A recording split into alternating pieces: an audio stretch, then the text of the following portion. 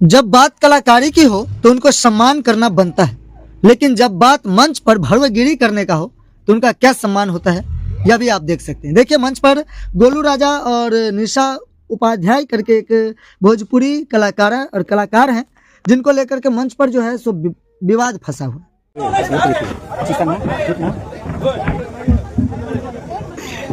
रवि जी इधर आइए। गोलू राजा जी सिंगर है, ये सिंगर है। ये साला सबसे पहले हमने पता है करना कहते कुछ साला सपोर्ट नहीं करता है। अभी साला चला ही कर रहा है, मारेगा साले वो फाड़िए। दूसरा बात में तुम्हारा बदतमीजी बिल्कुल सिखाएगा, तुम आगे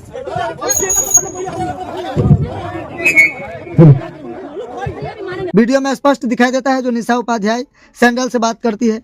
अब क्या चल रहा है निर्गुण को लेकर के, क्या चल रहा है भजन को लेकर के, वो नहीं पता, लेकिन इतना जरूर कहेंगे जो जिस तरीके से मंच पर अब अश्लीलता बिखर गया है, जिस तरीके से मंच पर अश्लील को लेकर के लोग तालियां बटोरते हैं, यह कहीं ना कहीं समाज के लिए भी गलत है और वो चीज़ खुद पर भी हावी हो जाता है।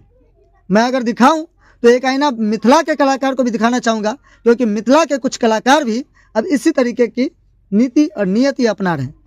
मैं अगर बताऊं तो कुछ दिन पहले मैंने एक वीडियो बनाया था, हालांकि चुनावी माहौल था, चुनावी माहौल में मैंने पूरे बिहार के चुनाव पे चर्चा कर लिया था। उसमें मैंने कुछ नचनिया भजनिया शब्द का भी प्रयोग किया था, तो कुछ लोगों ने मुझे अकल बांटना शुरू किया था, लेकिन वास्तविकता यह है जो उनको हमारी बातों से समझ में नहीं आया था, जो मैं किन्हें नचनिया किन्हें भजनिया कह रहा हूँ।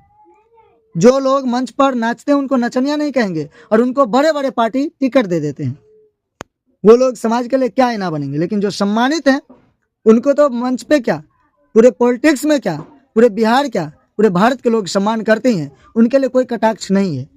अब आप लोग भी बताइए, क्या ये लोग भी अगली चुनाव में मंच पे उतरने वाले हैं, चुनावी माहौल में आने वाले हैं? क्योंकि अभी मंच पर इस तरीके के लड़ाई झगड़ा करके ये लोग ट्रेंडिंग में आ रहे हैं और ट्रेंडिंग बटोर रहे हैं, लोग लाइक व्यू कमेंट खूब दे रहे हैं। तो वीडियो को थोड़ा आप भी शेयर कर दीजिएगा और अगली आपका क्या प्रतिक्रिया है कमेंट बॉक्स में जरूर लिख दीजिएगा। धन्यवाद।